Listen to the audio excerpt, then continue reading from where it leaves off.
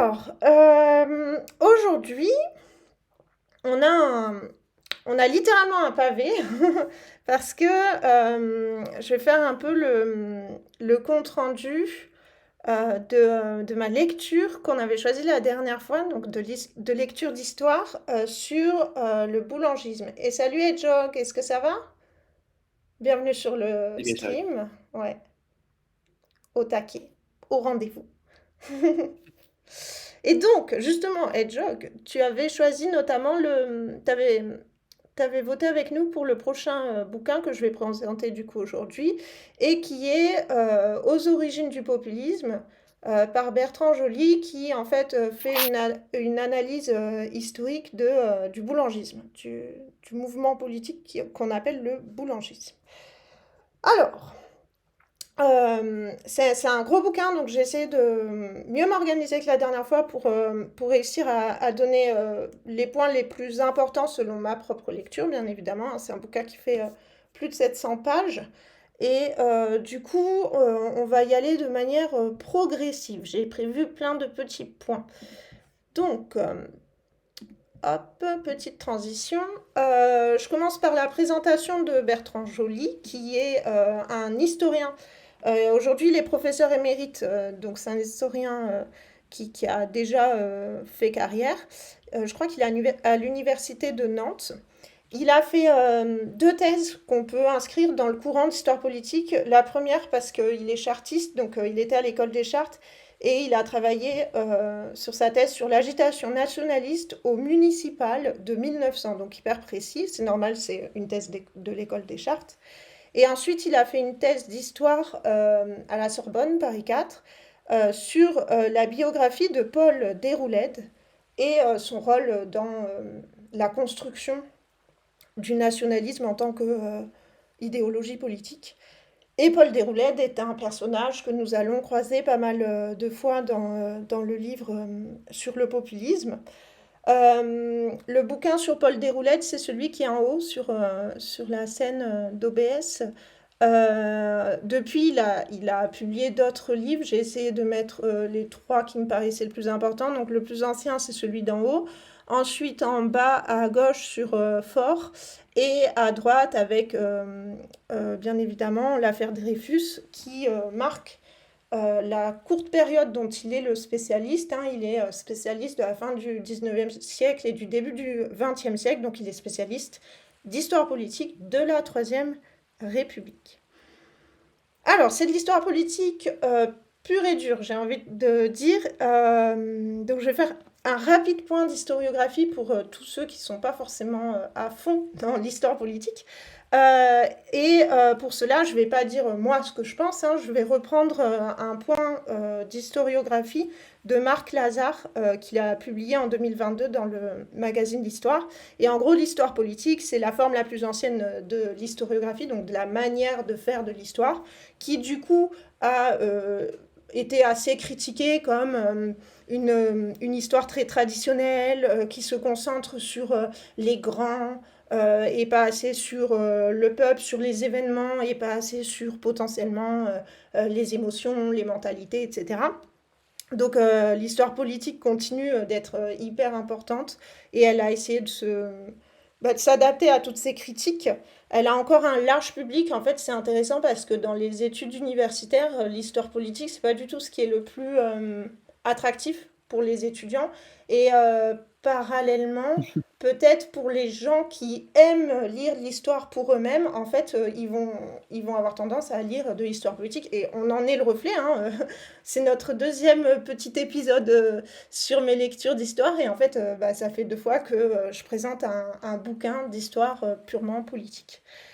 Et en gros, Marc Lazare considère que depuis les années 2020, donc là maintenant, on est un nouvel épisode de l'histoire politique où on est très marqué par les débats sur la pertinence de la notion du totalitarisme qui était un peu imposée à tout va.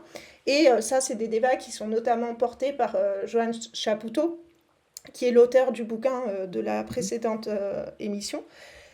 Et aussi l'histoire politique comme un engagement civique de la part des historiens. Il y a pas mal d'historiens qui disent faut qu'on arrête de produire nos gros bouquins très pointus sans faire le lien avec l'opinion publique et en nous retirant de l'actualité, alors que en fait, bah, l'histoire politique contemporaine, elle a des enjeux qui sont très actuels. Ça a été beaucoup débattu avec l'invasion de l'Ukraine à partir enfin, l'invasion de l'Ukraine par la Russie à partir de 2022, la réélection de Trump, etc.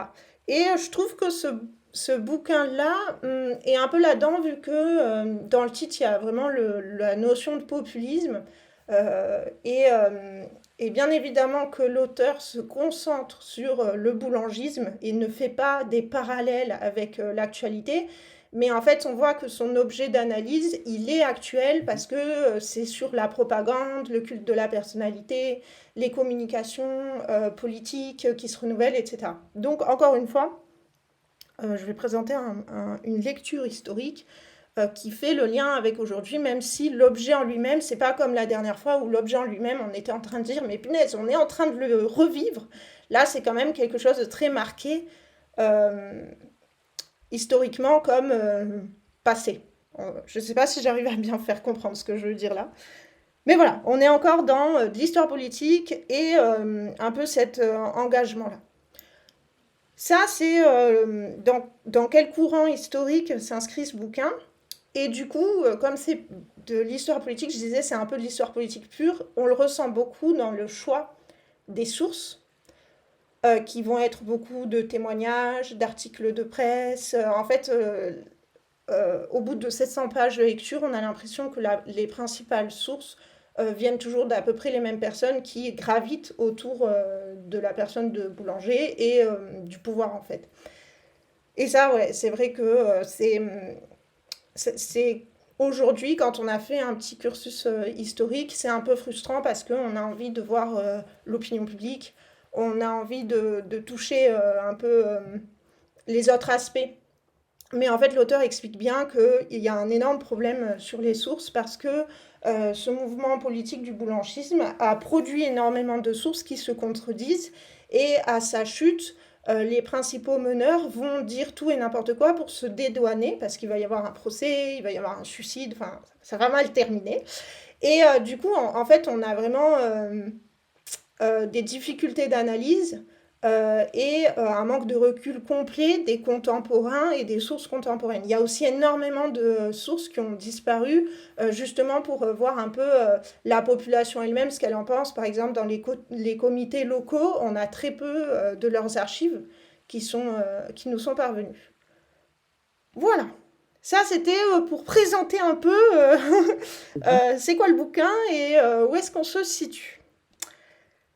Pourquoi l'auteur a choisi ce sujet parce qu'il considère que l'histoire du moulangisme a été mal faite.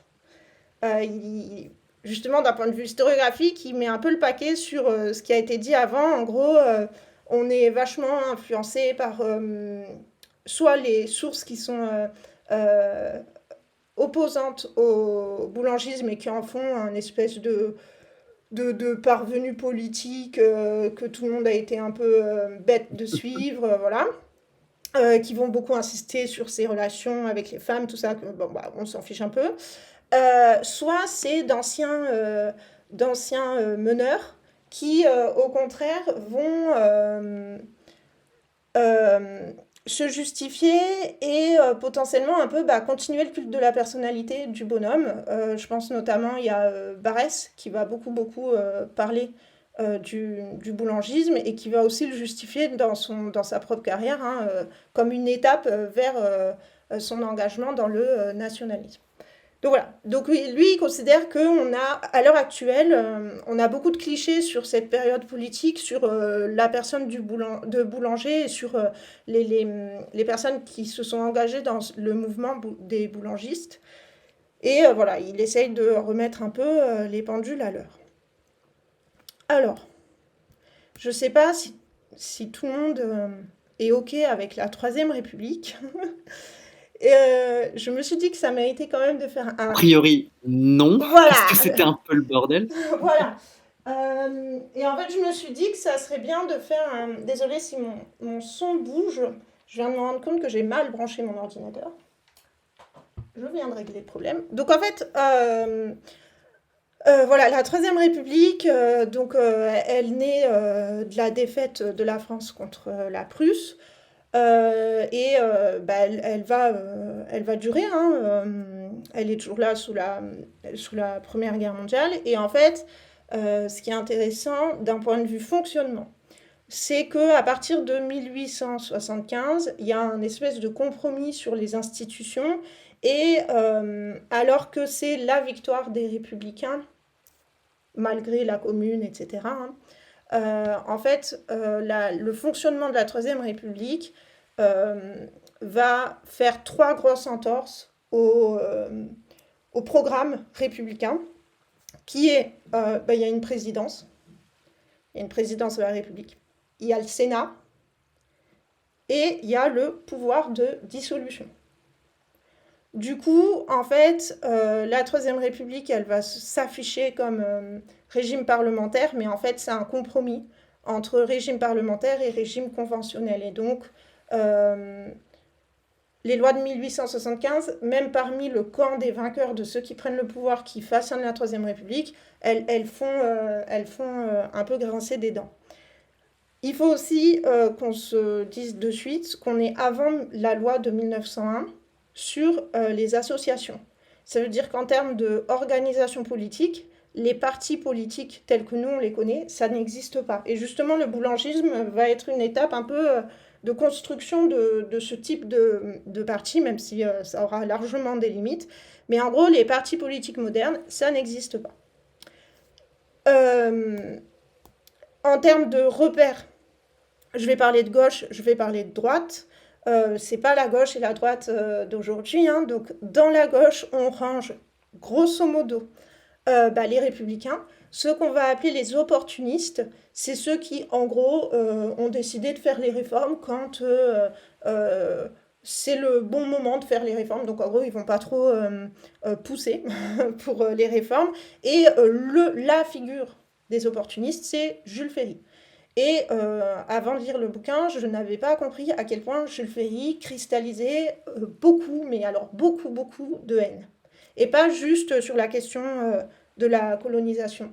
Vraiment, c'est un personnage, soit on est pour, soit on est contre. Il a échappé à des attentats, notamment une tentative d'assassinat pendant une séance du Parlement. Donc voilà, Jules Ferry, il n'est pas aimé. Et autre camp républicain, c'est ceux qu'on appelle les intransigeants et qui en gros aimeraient que les réformes soient un peu plus rapides. La grosse figure, c'est Clémenceau. Et au sein des intransigeants, il va y avoir une division avec les intransigeants type Clémenceau et ceux qu'on va appeler les radicaux. Si je caricature, ils vont fonder un groupe un peu mixte, mais en gros, ce groupe s'appelle l'extrême gauche. Donc, si on veut simplifier la tête, les radicaux, c'est à ce moment-là, c'est l'extrême gauche. Ils vont être menés par un monsieur qui s'appelle Rochefort, qui est aristocrate. Donc, c'est là où c'est toujours intéressant, hein. C'est l'extrême gauche menée par un aristocrate qui va devenir boulangiste. Et donc, beaucoup de radicaux vont devenir boulangistes. Ce qui est important à comprendre, c'est que en fait, on est au début du boulangisme, on est dans une période où le régime républicain, il existe depuis suffisamment longtemps pour qu'en gros les points communs entre les différentes mouvances républicaines aient été accomplis. Et donc on est à un moment où les républicains vont se diviser. Même si c'est le camp dominant, même si à ce moment-là la gauche domine, en fait la gauche va se diviser, donc elle va s'affaiblir. Et comme on est dans un régime où le Parlement est important, notamment dans le choix du gouvernement, etc., il va y avoir une grosse instabilité gouvernementale. Rien que sur la très courte durée où Boulanger essaye de conquérir le pouvoir, il y a que des gouvernements qui durent quelques mois et c'est tout, quoi. Donc il y a une grosse instabilité gouvernementale, ce qui donne un sentiment pour les électeurs que en fait la France elle n'est pas vraiment gouvernée. on sort d'un régime impérial où il y avait l'homme fort qui décide, et bon, bah, si on n'est pas d'accord, c'est le méchant, mais à un espèce de vide. Et la représentation de la classe politique pour les électeurs, c'est un peu bah, des gens qui sont dans les affaires, qui passent leur temps à se chamailler et qui surtout protègent leurs propres intérêts, quoi. Donc il y a un peu un désamour entre les électeurs et l'élite politique de par ses faiblesses institutionnelles. Voilà. Je sais pas si je suis claire. Et Jog, hésite pas à me dire si je suis claire ou pas. Et pareil, hésite pas à me dire si mon son saute. Ah, bah justement, je vois Albatanor. Ça va, Jog, niveau son? Je fais une petite pause. Après, j'arrive à te suivre très très bien, Tam, mais effectivement, il y a des petits sauts assez réguliers. C'est bizarre. Je rapproche mon micro. Il faut que Ouais. Jog nous dise. Ah ouais, et Jog dit que c'est tout bon. C'est peut-être la, Ok. c'est peut-être la connexion, je sais pas.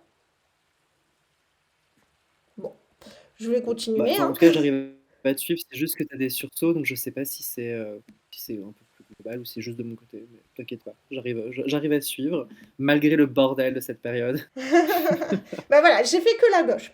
Passons à la droite, ça va être beaucoup plus facile. La droite, c'est royaliste. Bien évidemment qu'il y a plusieurs mouvances chez les royalistes parce qu'il y a plusieurs candidats. Et bonapartiste, pareil, plusieurs mouvances. Et en gros, la droite, les points communs, c'est au fond quelque chose qui va devenir un peu has-been, désolé de le dire comme ça, c'est en fait le principe dynastique. Et justement, le moment où le boulangisme va se créer, bah, le principe dynastique, il commence à être vraiment faible, notamment parce que bah, les derniers candidats sont soit complètement désintéressés, ça va être le cas du prince Victor, il refuse de s'investir dans les élections, tout ça, soit ils sont déjà tellement compromis, ils sont déjà très affaiblis, je pense au comte de Paris pour les royalistes, ou à Plomplon, déjà rien qu'on l'appelle Plomplon pour les bonapartistes, donc voilà, ils sont affaiblis et ils ont, on va dire, ils ont assez peu de base électorale. Et du coup, il faut qu'on retire un peu de notre schéma politique à nous tout ce qui est socialisme et autre chose qui est important juste après le boulangisme, c'est l'antisémitisme en termes de courant politique. Le socialisme et l'antisémitisme, en gros, ils naissent à peu près au moment où le boulangisme atteint son acmé. Et là, je parle vraiment en termes de courant politique. Donc du coup, en fait, si on regarde un peu de loin, on a l'impression que le boulangisme, c'est un peu la crise qui va polariser des nouveaux extrêmes, avec le socialisme qui est à l'époque, du coup, extrême gauche, antisémitisme qui va aller à l'extrême droite, et donc un des premiers auteur antisémite et qui construit tout le mythe de la juiverie, etc. Même si c'est une expression qui existe avant, mais qui désigne en gros les finances. Là, lui, celui qui va vraiment mélanger au niveau français, hein, qui va mélanger en gros la haine pour un peuple, la haine pour une classe économique, etc., c'est Drummond. Et Drummond, il publie son premier bouquin juste avant que le boulanger se casse complètement la figure, quoi. Voilà. Du coup, dans tout ça, dans ce grand schéma, le boulangisme a souvent été décrit comme un mouvement politique qui est né à gauche et qui va terminer à droite. Schéma que on peut se dire, tiens, je l'ai déjà rencontré. Mais en fait, c'est justement, ça fait partie Oui, des oui, clichés. En fait, le boulangisme, faut plus compliqué que ça, je crois. dès le départ, le boulangisme va en fait rassembler tous les gens qui sont pas contents. C'est pour ça qu'il va y avoir un Voilà, oui. peu une aura révolutionnaire que dans les faits, il n'y a pas. C'est pas révolutionnaire. Les gens qui vont voter boulanger ne sont pas souvent boulangistes. Et en fait, souvent, c'est le vote du candidat anti-système. Et pas le vote Oui, pour parce que un programme. Vas-y, vas-y, Alba Oui, Tanner, parce que pardon. ça reste. Parce que j'imagine que ça va être derrière sa personnalité et que bah, ça reste un militaire. Donc, déjà, même dans l'imaginaire, c'est un peu particulier. Enfin, c'est peut-être très contemporain, mais je trouve ça surprenant d'avoir un imaginaire révolutionnaire derrière une figure militaire qui a des honneurs, Ouais, même c'est s'il est mon prochain anti-système, tu point. vois. Donc, Mon prochain point, c'est bon, d'accord. c'est Mais qui rapidement boulanger, mais en gros, ce qu'il faut comprendre en donc, fait, donc je comprends, j'imagine, en tout cas. hum, Mais hum, c'est peut-être un point de vue contemporain. non, non, non, enfin, il vaut à l'époque, mais c'est un vrai sujet. Mais en gros, le mouvement boulangisme, euh, en fait, les premiers à adhérer avec grand bruit, c'est les radicaux. Donc en gros, c'est ceux qui sont vraiment tout à gauche des républicains. Et du coup, on se dit, ah, bah, c'est les premiers électeurs qui vont dire vive Boulanger. Bon, bah, c'est un mouvement de gauche. Mais en fait, au moment où il y a ça, Boulanger, lui, il fait une alliance secrète avec les royalistes. Et en fait, le boulangisme n'existe pas s'il n'y a pas l'argent des royalistes. Et ils vont mettre des millions et des millions de francs de l'époque. Hein. Donc ils y mettent une énorme fortune. Donc en fait, de base, le boulangisme, c'est une conjonction de gens de tous bords politiques qui sont juste pas contents du système républicain tel qu'il est à ce moment-là. Et il y en a qui vont vouloir, donc les royalistes, eux, bah, ils veulent pas de république. Les radicaux, eux, en fait, ils veulent une révision constitutionnelle. Mais en fait, Boulanger, en gros, il va, et c'est peut-être la seule qualité que l'auteur lui laisse, il va réussir à jouer sur plusieurs tableaux en même temps et à séduire plusieurs courants politiques qui sont antinomiques de base. Et n'atteignant jamais le pouvoir, on ne pourra jamais savoir comment il aurait pu se débrouiller une fois au pouvoir en ayant littéralement dans son camp des gens qui sont en fait des ennemis politiques. Donc voilà, donc dès le départ, le boulangisme, c'est pas du tout gauche puis droite, ça c'est une construction des meneurs boulangistes qui vont se dire complètement trahis par Boulanger quand on va savoir qu'en fait bah, il fonctionne sur les sous royalistes. Les trois quarts ont fini par le savoir, se sont jamais vraiment demandé d'où venait l'argent et il y avait vraiment énormément d'argent. Il y en a qu'un, c'est des roulades où il était un peu autosuffisant, il avait sa propre structure qui est la Ligue des Patriotes. Il n'y a que lui où on peut vraiment se dire peut-être qu'il n'a pas cherché à comprendre parce que pour lui-même il n'en avait pas besoin. Mais tous les autres, même Rochefort pour son journal L'Intransigeant, à un moment donné, il va avoir de l'argent qui passe par ce que je vais appeler pour simplifier le parti de Boulanger qui est le CRN. Et en fait cet argent c'est l'argent des royalistes qui donne, qui donne, qui donne. Donc en fait, voilà, le boulangisme de base, c'est un mouvement qu'on ne peut pas classer gauche-droite, ce qu'on veut, parce qu'en fait, c'est un mouvement où on n'est pas content du système, on y va, quelle que soit notre origine politique. Et justement, j'en arrive à Boulanger. Alors, Boulanger, effectivement, c'est un militaire. Et ce que tu as dit, Albatanor, c'est d'autant plus frappant de se demander mais comment il a fait pour passer pour une figure un peu révolutionnaire que en fait Mhm. il a participé à la commune, mais dans l'armée. Donc en fait, il a participé à la répression et il était là pendant la semaine sanglante. Et il y a quelques sources qui disent qu'il a fait du En zèle. plus. Voilà. Donc en fait, c'est un Est-ce militaire. qu'on est surpris? Non, non, non, mais c'est hyper intéressant de voir déjà. Ça, c'est un truc. Il y a des communards qui vont devenir boulangistes. On oublie Et toujours, voilà, on oublie toujours, on excuse. Et boulanger, justement, là où il va être hyper doué, c'est de réussir à avoir un culte de la personnalité de la part de gens avec qui il a été ennemi et à qui potentiellement il va dire le contraire de ce qu'ils veulent qu'ils disent. Mais ils vont pas remettre en question le truc. Et il a une aura qui est difficilement explicable d'un point de vue rationnel. À un moment donné, il y a peut-être euh, quelque chose qui n'est pas très logique. C'est un militaire qui va en fait très vite devenir général parce que bah, il est en poste au moment où il y a plein d'officiers bah, qui disparaissent parce qu'il y a la guerre hein, de 70-71. Donc lui, il va très vite monter en grade. Il est arriviste. Son objectif, c'est de devenir ministre de la guerre. Il y parvient en jouant déjà avec les politiques. Il est ministre de la guerre entre 86 et 87, 1886 et 1887, ce qui veut dire littéralement que qu'il est ministre de la guerre sous deux gouvernements. Et le truc qu'il fait en tant que ministre de la Guerre, et qui est important parce que c'est en fait ça, son système, c'est qu'il fonde un bureau de presse et il fait de la propagande. Et à partir de ce moment-là, tout le monde va commencer un peu à se méfier de lui en se disant qu'est-ce qu'il veut, est-ce que c'est un nouveau Bonaparte, quoi.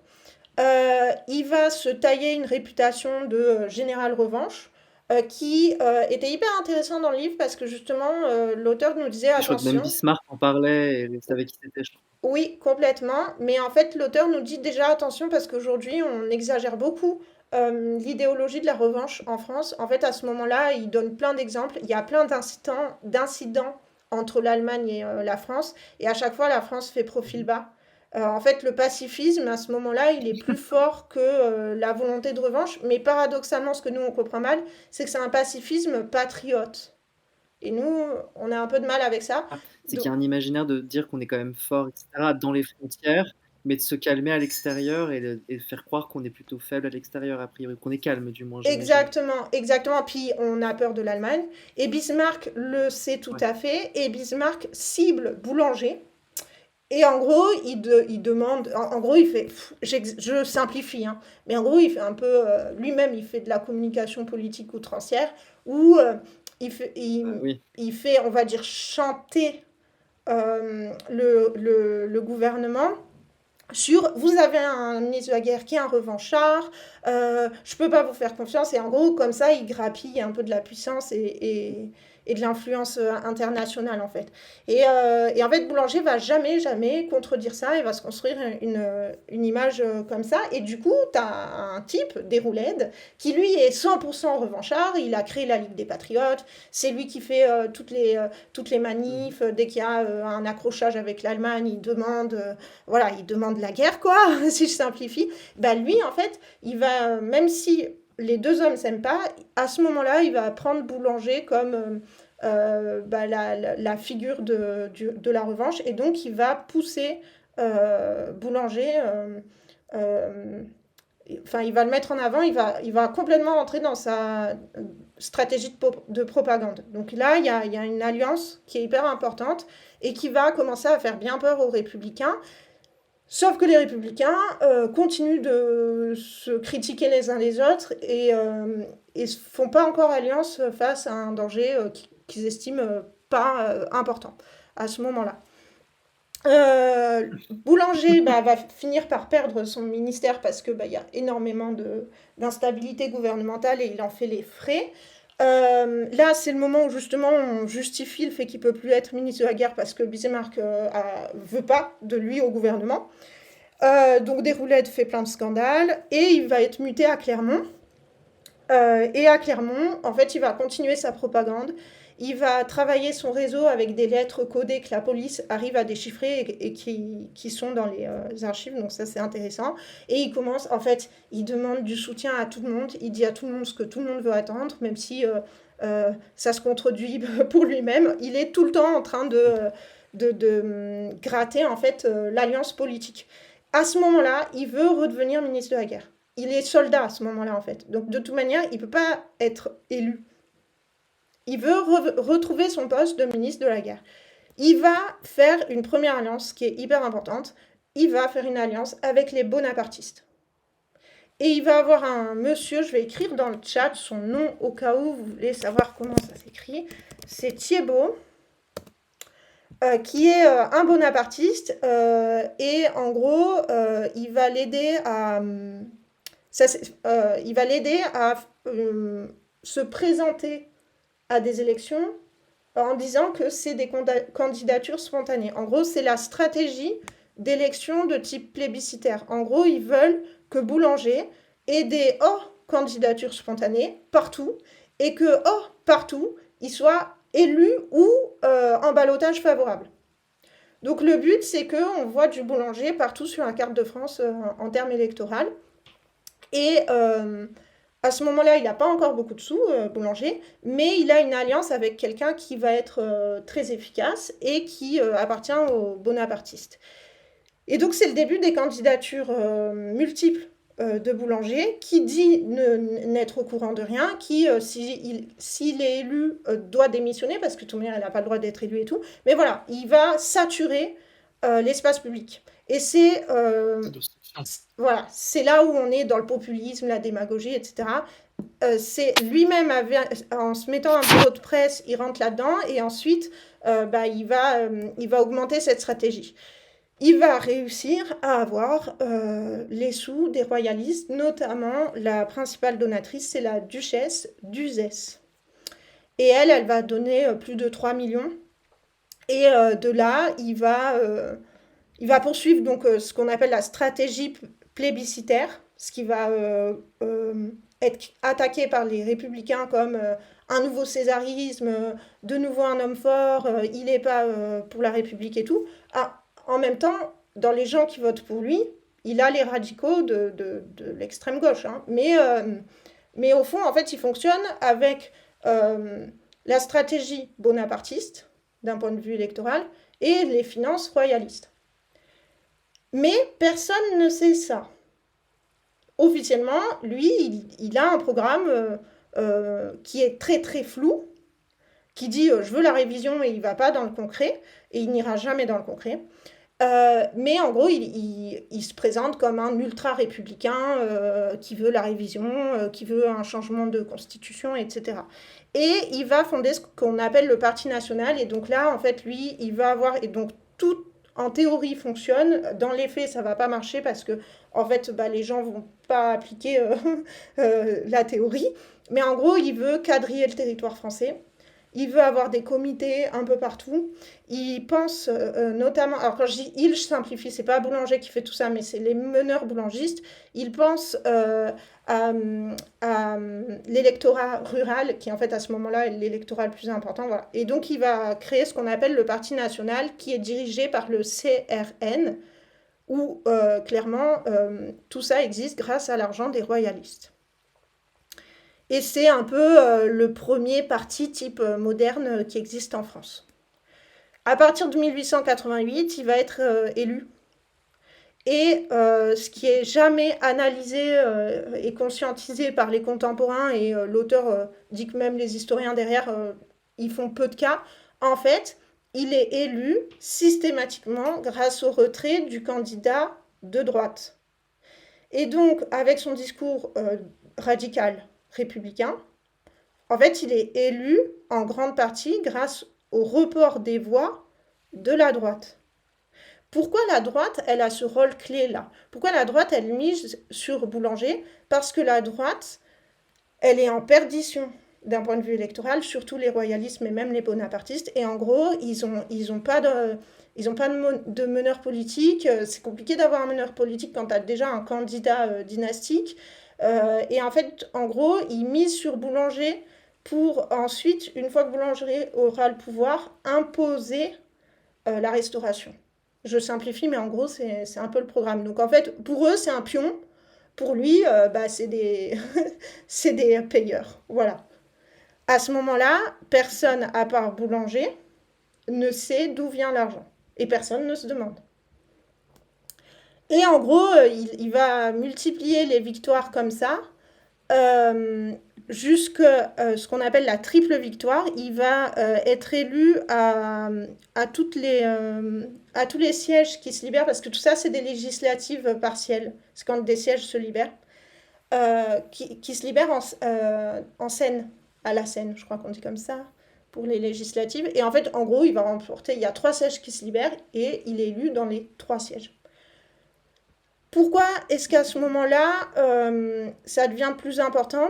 Parce que, en fait, en parallèle, il a été attaqué par les républicains qui ont fini par se dire bon, il est trop revanchard, puis il est trop politique, il n'a pas son ministère de la guerre, il commence à avoir des messages cryptés avec des royalistes, etc. La police, elle le met sous surveillance dès le début, hein, dès qu'il perd son ministère. Et donc, en fait, il va être progressivement écarté et puni. Déjà, il est puni une première fois, mais il fait le mur pour aller voir sa maîtresse. Voilà, Boulanger. Donc, il va être mis en non-activité. Donc, en gros, il doit être en tenue civile, il perd une grande partie de sa solde, il ne peut plus avancer en grade. Et surtout, En gros, il est assigné dans une zone de résidence, qui est Clermont. Et lui, bah, il s'en fiche, il vient quand même sur Paris, etc. Quand le ministre de la Guerre lui dit bah, retourne où t'es parce qu'en fait t'es pas en permission et qu'il refuse, il va être, il va être viré de l'armée. Et donc il devient civil. Et à ce moment-là, sa stratégie électorale, elle est, euh, elle est devenue plus dangereuse parce que bah, c'est un vrai candidat maintenant. Il a plus besoin de se retirer. Donc bien sûr, il peut être élu qu'une seule fois, donc il va choisir sur quel siège il va siéger en gros, mais à partir de ce moment-là, c'est un civil. Et ce que les républicains n'ont pas trop compris en le virant comme ça, c'est deux choses. C'est que bah, il va plus viser le ministère de la Guerre, il va viser le pouvoir, et il va avoir une image de martyr qui est d'autant plus forte qu'en même temps que lui, mais vraiment le jour même de l'annonce du fait qu'il est viré de l'armée pour ne pas être resté dans sa zone de résidence, parce que officiellement on va jamais dire qu'en fait bah, il trafique un peu des influences quoi politiques, ça on le dit pas, la police garde ses dossiers avec elle parce qu'elle dit faut qu'on continue le dossier euh, parce que là il y a juste on voit qu'il se lance en politique, c'est tout quoi. Et ben en fait, en même temps, il y a ce qu'on appelle l'affaire Wilson. Alors je sais pas si c'est hyper connu. Moi je connaissais pas avant. Je sais pas si vous connaissez vous l'affaire Wilson.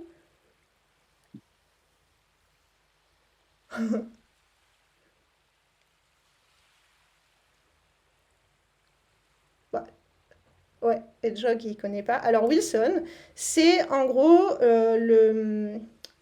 c'est le beau-fils du président qui s'appelle Grévy, le président, et Wilson c'est son gendre, je crois qu'on dit comme ça, ouais, gendre, c'est le mari de sa fille, qui en fait fait un énorme trafic d'influence, détournement de fonds et tout, à l'Élysée, hein. Il s'embête pas du tout. Et en gros, ça va fuiter, ça finit par fuiter, mais c'est à une échelle énorme. Et en fait, bah, lui, il va être condamné une première fois et il va faire un appel. Et le verdict de l'appel tombe le jour même de l'annonce de la punition de Boulanger. Et en fait, en appel, il est complètement impuni. Il est acquitté de tous les chefs d'accusation, alors que, on le sait, et ça passe dans la presse à l'époque, il y a des preuves qui ont été manipulées, il y a des preuves qui ont carrément disparu. Enfin voilà. Donc il y a vraiment au moment où Boulanger est puni, bah Wilson il est acquitté de tout et donc l'opinion publique voit un peu Boulanger comme un bouc émissaire, un martyr, et il va symboliser un peu bah, le ras-le-bol de tout ce qu'on a appelé à l'époque l'affairisme et qui est en gros l'oligarchie, si je simplifie, et la connivence entre oligarchie politique et oligarchie économique. Donc voilà. Donc en 1888, c'est l'acmé du boulangisme. Il est élu plusieurs fois. Il devient député. En tant que député, il va faire tout ce qui critique envers les députés, c'est-à-dire qu'il va être absentéiste, etc. Et lui, de toute manière, bah, il veut viser plus haut.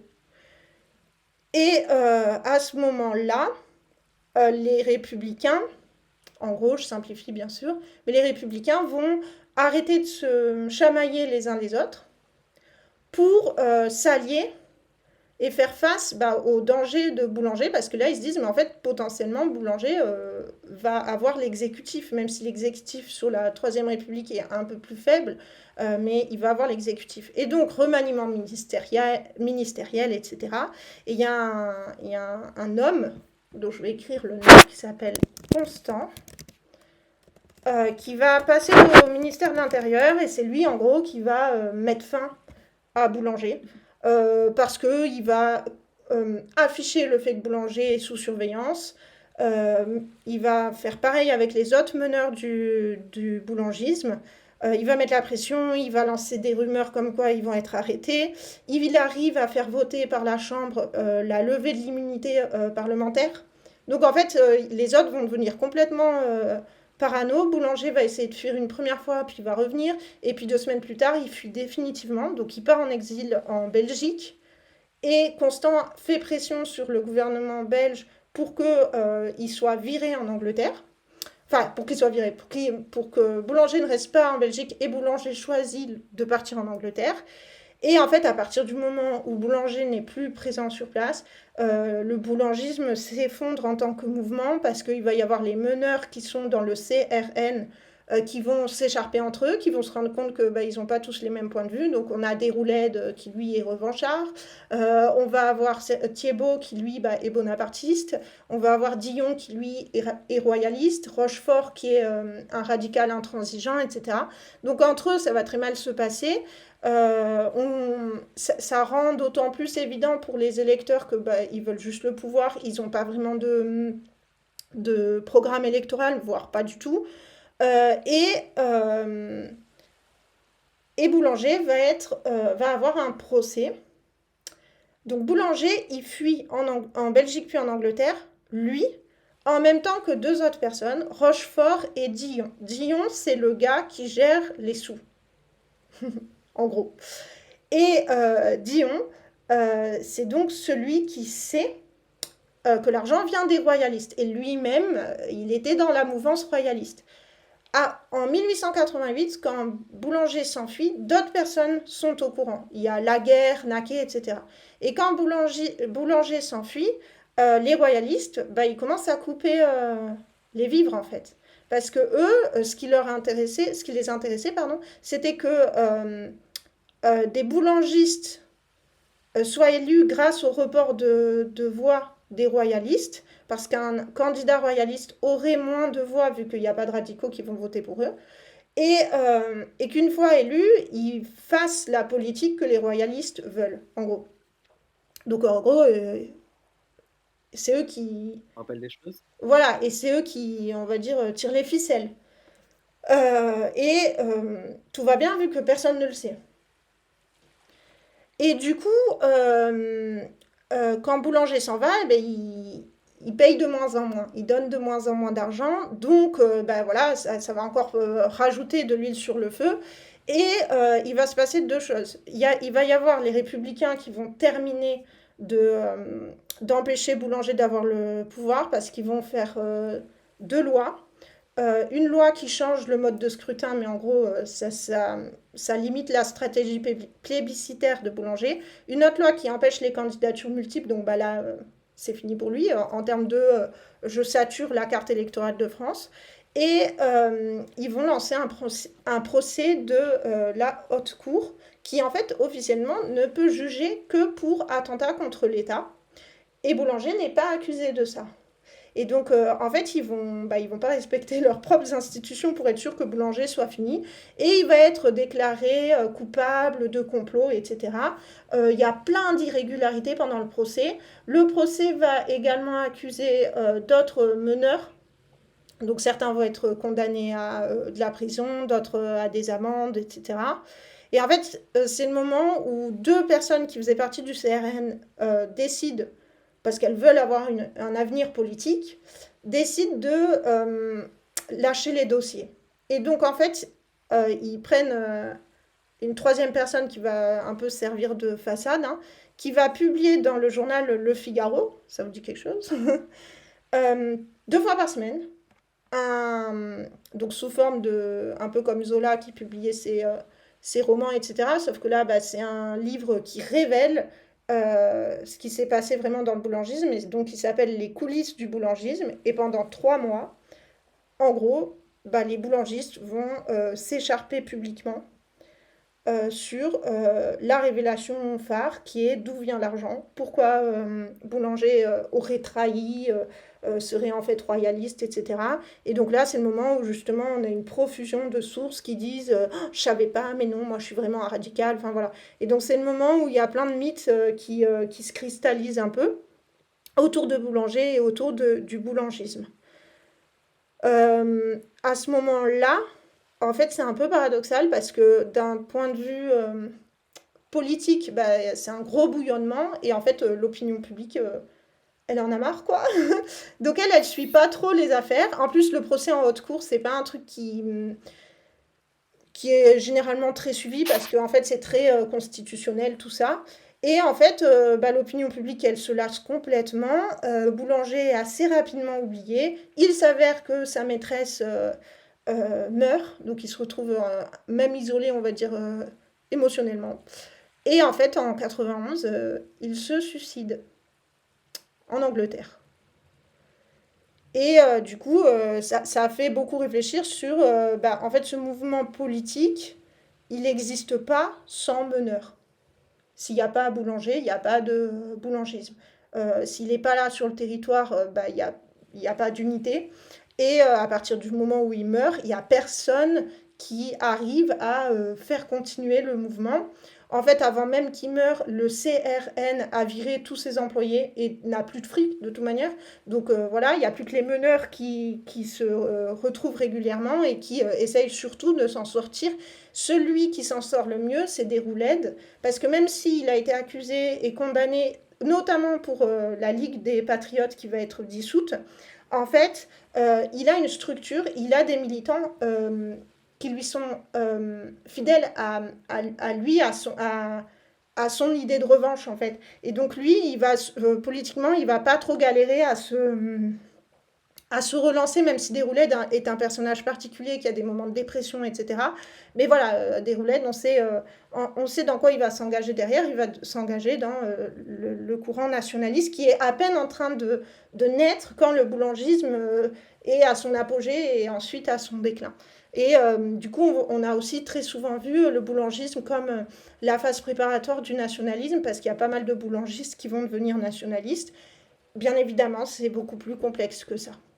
J'ai beaucoup parlé. Euh, J'espère que ça va. Franchement, 700 pages, c'était peut-être beaucoup. J'ai pas terminé, mais il me reste plus qu'un point. Mais voilà, en gros, sur les événements.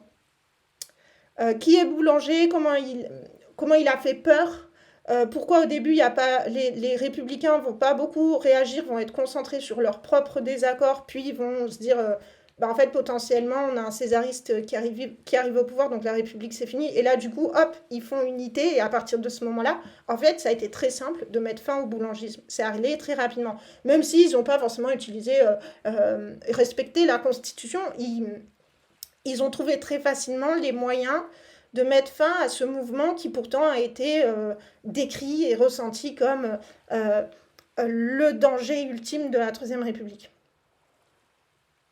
Notamment parce qu'en fait, le moment où il commence à être élu un peu partout comme ça fait 18 ans que c'est la Troisième République.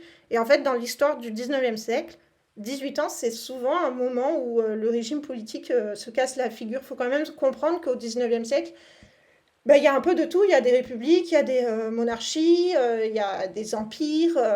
Donc en fait, il y a vraiment pas mal de régimes politiques qui sont succédés en France et ils ont tous terminé dans la difficulté. Et en fait, du coup, il y a un peu ce côté des républicains qui sont un peu face au mythe de est-ce qu'on va survivre à nos 18 ans, tu vois.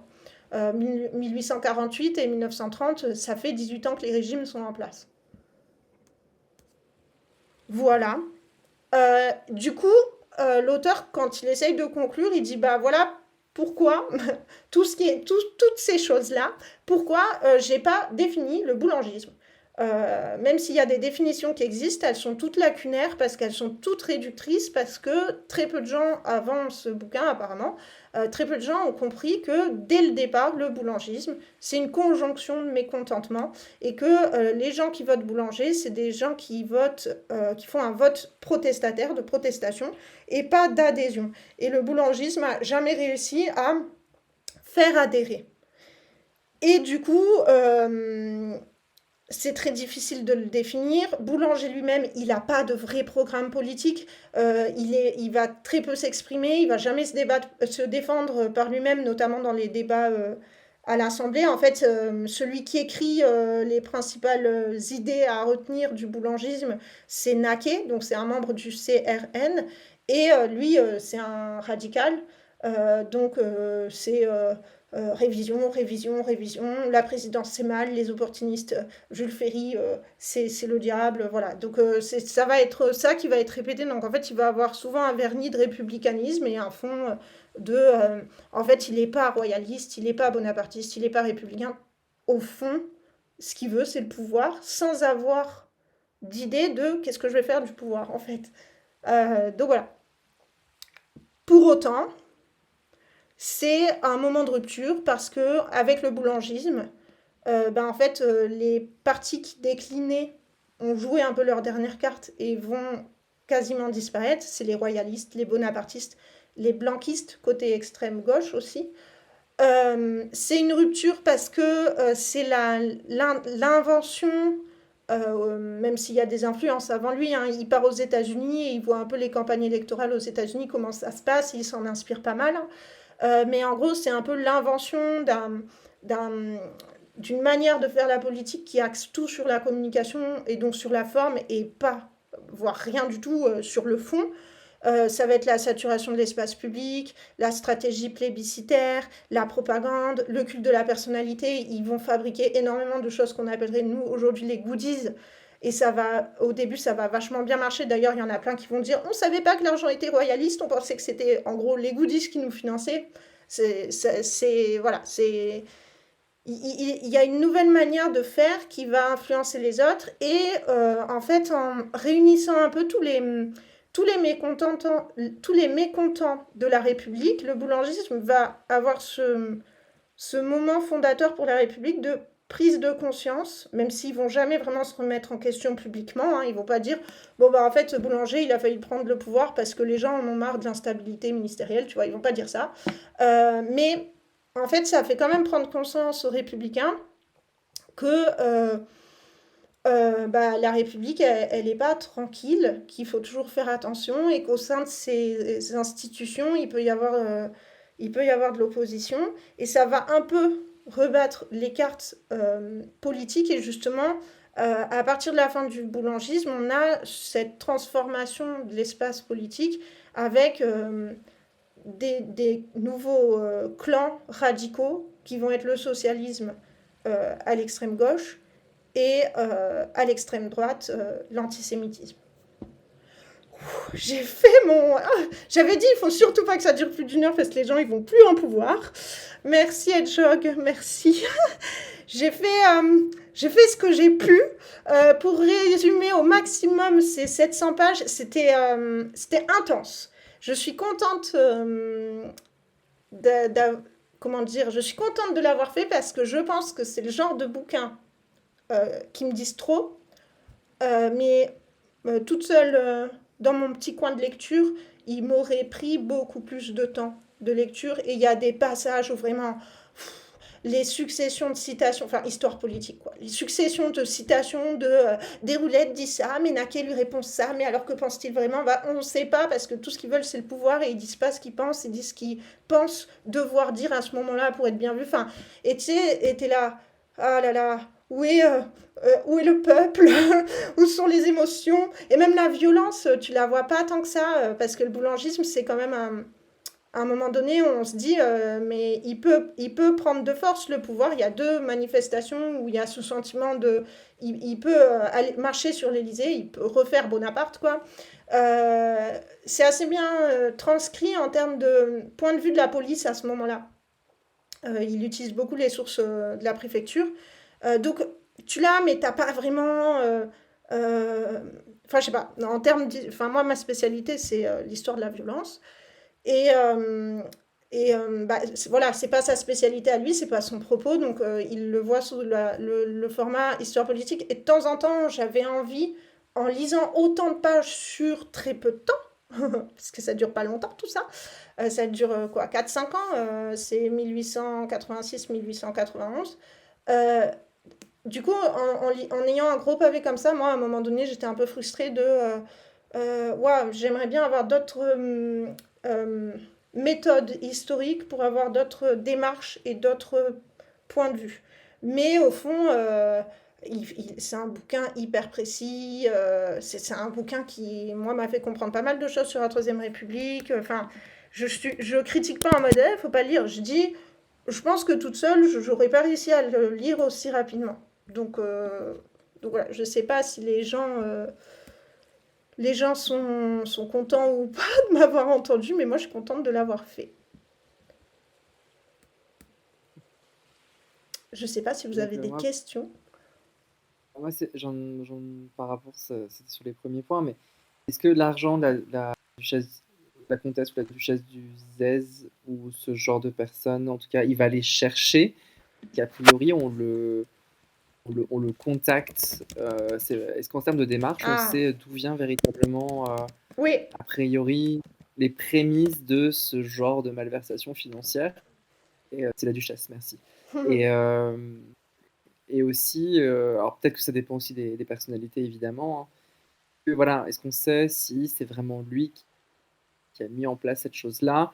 Est-ce que d'un point de vue légal, politique à l'époque, même si c'est pas même si c'était des gens du même bord politique et compagnie, admettons, est-ce que c'est bien vu? Est-ce que c'est possible normalement? Ou est-ce que c'est déjà une forme un peu de délit en termes de détournement d'argent Mm. potentiel ou de soutien privé un peu étrange? Est-ce que ça c'est mis dans le bouquin ou est-ce que tout ça tu le sais en fait par Ouais, écrit? ouais, c'est mis dans le bouquin, ouais, ouais. J'essaie de réduire, il y a plein de choses que j'ai pas dit, c'est sûr. Oui, bien sûr. Euh, Je me posais la question sur c'est les lois à lui. l'époque à ce niveau-là en fait, parce que forcément on pense à aujourd'hui, Ouais, nous, ouais, ouais, non, c'est ce genre de lui. démarche aussi qui a C'est...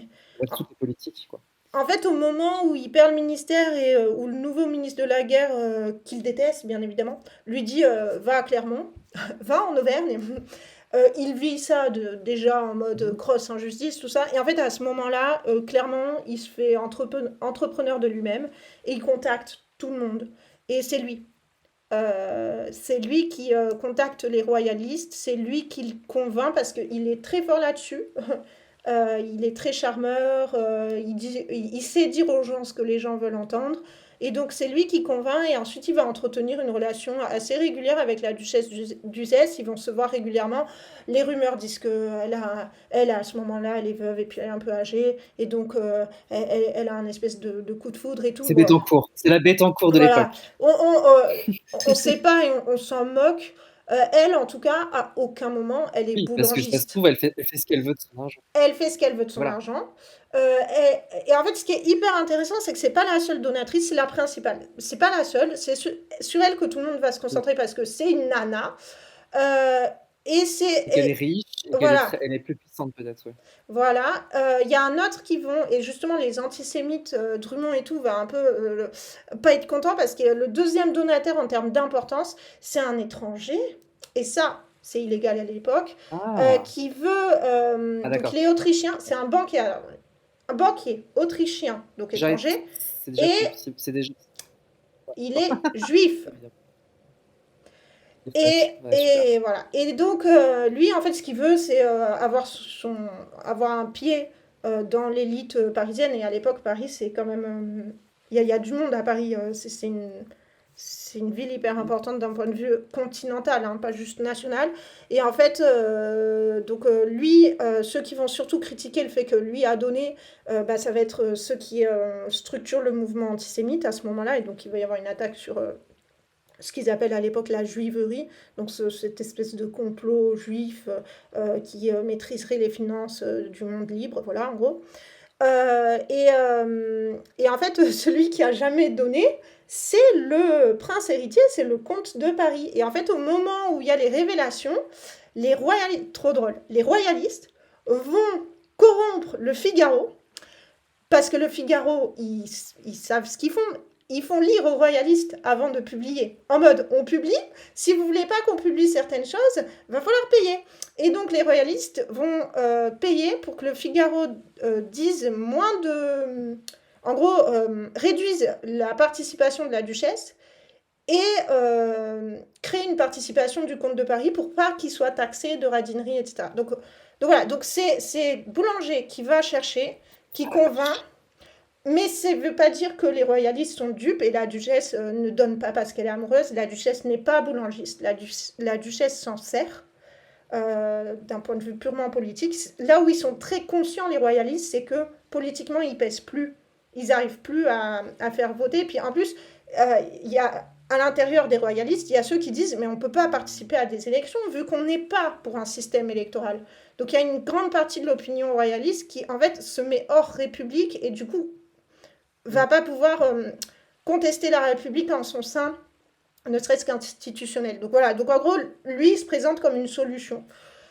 Et la question dont j'ai pas du tout parlé, c'est la question du catholicisme. Il va beaucoup jouer sur je suis pas anticlérical, mais il peut pas non plus dire que il va soutenir les catholiques parce que les radicaux faut pas le soutenir et tout. Donc voilà, il joue à plein de jeux. Et j'ai oublié ta deuxième question. C'est...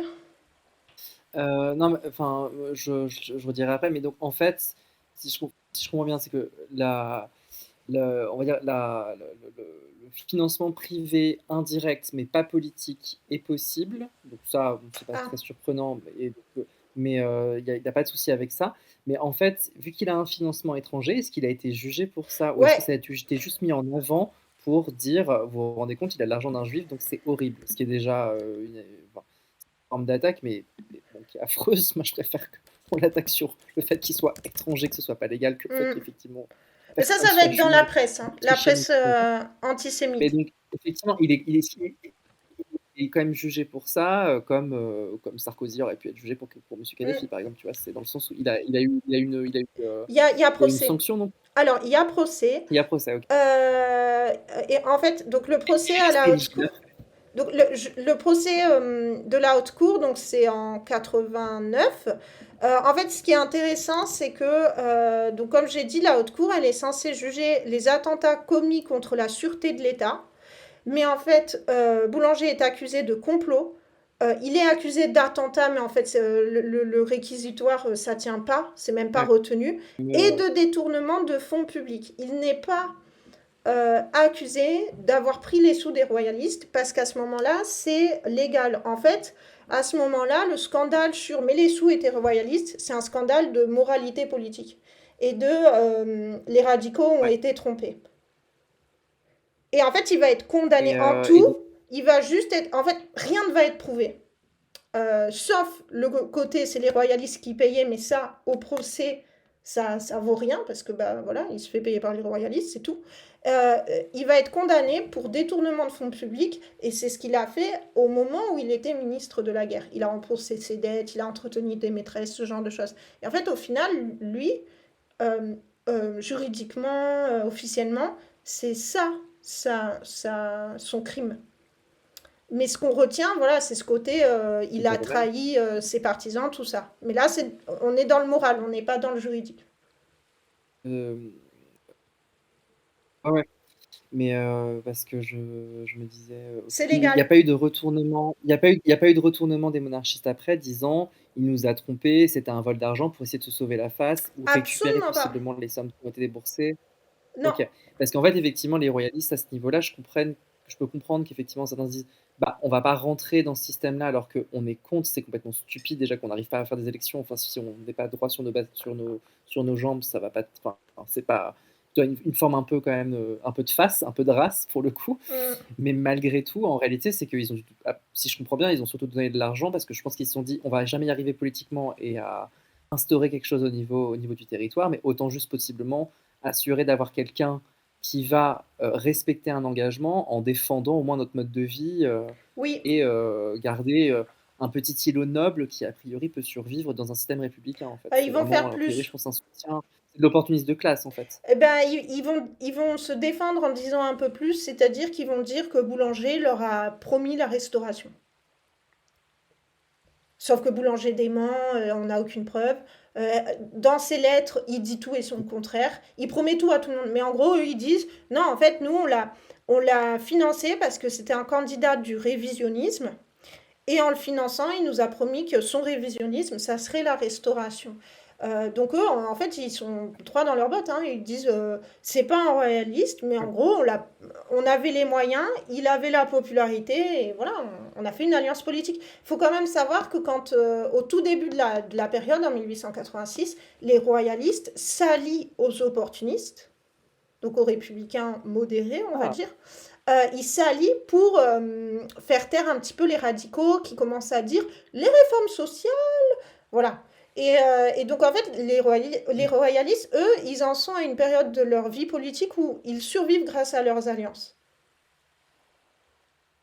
Voilà. il y a le peu d'argent qui leur reste en se disant on Et ils ont, ralentit notre déchéance, quoi. ouais, et ils ont plus d'argent que par exemple les bonapartistes. Et c'est pour ça que les bonapartistes, eux, ils mettent, on Ouais, va dire, la j'imagine pas. compétence. Mais ils ont le plomb-plomb, il a pas de sous, il vit comme un bourgeois moyen de Paris, quoi. Donc lui, il a pas de sous à mettre. Je crois qu'il a et puis il a jamais rien fait, enfin, je crois qu'ils l'ont dans mon souvenir, il est né genre en Italie, un peu perdu, il a jamais fait grand chose, dans mon sou dans ce enfin, Plomplon, du peu que je ouais, connaissais il a fait quelques ce petits type de scandales, mais ouais. Ouais, à ce moment-là, il vit en je Suisse. crois avoir vu un truc quand je suis allé à Trieste, quand je m'étais renseigné sur la région l'année dernière, je crois que j'avais lu des trucs et j'avais lu, je sais pas, je crois qu'il vient de cette région-là, un truc comme ça, peut-être pas de Trieste même, mais d'un petit village ou je sais pas. Enfin bref, a priori, il est même pas né en France, tu vois. Oui. Enfin, genre vraiment, il est pas vraiment de là, je crois. Ou alors il est euh, né bah non, bah, la région était pas française à l'époque, je crois pas. A priori. euh, Donc je crois que c'est un peu j'ai peur effectivement de de le confondre avec celui qui est né le petit en. rejeton qui reste. Bah, enfin, dans le souvenir que j'en ai quand on a parlé, parce que je t'avoue que je ne connaissais pas très bien, mais quand tu as dit son nom, Oui, il est ça né à m'allume des balles. Trieste. Il est né à Voilà, Trieste. je crois que c'est vraiment le petit rejeton qui reste, qu'on a ramené un Ouais. peu, alors que Lui, il il veut a, pas. c'est pas qu'il a rien demandé, tu vois, mais je crois qu'il sort de nulle part et il a rien, tu vois. Voilà, ouais. Ouais. Il a, enfin, genre, il a pas été élevé du tout, trop dans les trucs, dans les bails, et donc bah, il est moyen parce qu'il a envie d'être moyen sans doute, tu vois. En fait, ouais, lui, franchement, lui, c'est un Donc c'est bien satisfait de lui. sa condition, Ok. un peu comme son fils Victor, sauf que son Ouais, fils, il vit tranquillement. ils vont se disputer, bien évidemment, mais donc il va y avoir les victoriens et les jéromistes, mais ouais, ouais, ouais. Mais en gros, voilà, les bonapartistes, en fait, les bonapartistes, eux, ils ont un peu l'impression que Boulanger, ils pompent leur programme, c'est-à-dire l'homme fort, la révision, une république un Évidemment. peu consulaire, enfin voilà. Donc eux, ils ont des affinités politiques avec lui. Faire la guerre potentiellement. Ouais, voilà, ça va pas au-delà, quoi. Enfin, en fait, les bonapartistes qui vont voter pour Boulanger, c'est pas comme les royalistes qui vont dire je t'amène ça, tu fais ça pour moi. En fait, les bonapartistes, c'est juste eh ben, on est d'accord, voilà. Et ils vont voter pour lui et Boulanger va pas, à part au tout début où il a besoin de quelqu'un qui va l'aider à se lancer en politique, on va dire, et donc à créer cette stratégie plébiscitaire. En fait, après Boulanger, il fait aucun geste envers les bonapartistes. Et donc voilà, en gros, c'est au début, quand il perd le ministère et qu'il comprend que. Il avait rien. Voilà, au début, il va être à la recherche de soutien et il va obtenir des alliances, mais que tu te dis pour l'époque, en fait, alors, c'est là où moi je fais peut-être des erreurs. En fait, j'ai un peu eu l'impression que tout le monde l'a pris pour ouais, tu l'écoutes parler, il est charmeur, mais il comprend pas grand-chose. Dès que tu parles vraiment politique, tu comprends qu'il est paumé et tout. J'ai l'impression qu'il y a beaucoup de gens qui l'ont vu comme un instrument, voire comme on pourra en faire ce qu'on veut, tu vois. Et du coup, j'ai l'impression qu'il fait partie, et j'ai l'impression que dans le populisme, il On y a a vu ça beaucoup de ailleurs monde après. comme ça. Voilà. En fait, il fait partie de ces hommes qui ont atteint une popularité qui dépassait leurs compétences parce qu'autour d'eux, ceux qui se sentent plus compétents ont été condescendants. Et c'est là où peut-être je vois un lien avec l'histoire du livre d'avant de Chapoutot par rapport à l'arrivée au pouvoir Ouais, d'Hitler. c'est sûr. C'est que tu as l'impression que tout le monde joue un peu. En Les fait, à médiocres partir du qu'on fait moment où avancer, tout le hein. monde s'assure de gagner du pouvoir personnel, tout le monde joue un peu sur ouais, mais lui, je peux en faire ce que je veux. Tu as un peu encore cette impression-là, quoi. Bah, c'est toujours pratique de se dire, voilà, il peut ramasser les pots cassés, que possiblement on le fait un peu monter, mais nous on n'a pas fait pas trop d'efforts, on met juste ce qu'on sait faire de bien et les avantages qu'on a en avant, mais derrière le rideau. Et c'est assez commun, je crois, chez l'humain quand même. C'est Ouais. juste, je sais pas, de se dire, oh bah tiens, gérant sur mes petits trucs, et quelqu'un qui a l'air content et gentil à côté et qui fait le taf. Enfin, je sais pas, c'est. Ouais, mais à côté, comme tu dis, bah, Oui, en non, fait, c'est un c'est du, général. Tout le monde se souvient de du ce qu'il a manager, c'est fait. du manager, Ouais, du manager général. Ouais, t'as un aspect l'impression. managérial assez commun, je trouve. Ouais, ouais, ouais. Et t'as l'impression qu'en fait, C'est les populistes. la médiocrité globale du manager. Ben, t'as l'impression Ouais, que les je veux dire. populistes, c'est ceux qui, en fait, justement, jouent avec ce côté de on va pas me prendre au sérieux parce que je rentre pas dans les codes et clairement, tout le monde dit ah, Boulanger, quel homme vulgaire parce il parle pas comme l'élite. Et en fait, t'as l'impression que en fait, il y a une intelligence dans la part des populistes et des démagogues de pas juste. J'ai qu'à dire à la population, vous n'êtes pas content, c'est de la faute du régime, anti-régime, tu vois. Pas juste ce côté-là que Boulanger fait et rabâche énormément. Il y a aussi le côté vis-à-vis de l'élite de je joue sur le fait qu'ils vont pas me prendre au sérieux. Même s'ils ils vont se dire il est dangereux, ce que les républicains se disent, ils vont pas me prendre au sérieux et donc j'ai une marge de liberté.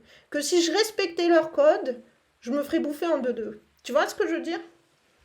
Et justement, ouais, ouais, bien sûr. Et c'est pour ça que j'ai une autre question qui me vient en tête, enfin, j'aurais pu regarder avant, mais c'est parce que en fait, c'est ça qui est assez intéressant là, à chaud, je dirais, c'est que c'est une figure militaire qui est donc dans les aspects positifs et négatifs, c'est que ça peut être l'homme fort qui dirige les armées et tout, et en même temps, a priori, il n'est pas d'origine noble, il est d'origine du peuple, il a juste monté en grade par l'armée. Donc ça reste un mec possiblement qui peut pas gérer, enfin qui peut pas dealer clairement avec les hautes sphères parce qu'il n'a pas l'éducation pour, la famille pour a priori et tous les assets attendus sociaux, économiques et compagnie pour. Peut-être ça, je sais pas d'où il vient exactement quand il est né. Alors, C'est ça qui joue aussi. On peut pas le prendre au sérieux parce qu'en fait, c'est pas un noble, c'est pas un mec qui vient d'une grosse famille politique, c'est pas une grosse bourgeoisie potentiellement même, si ça se trouve. Je sais oui. pas.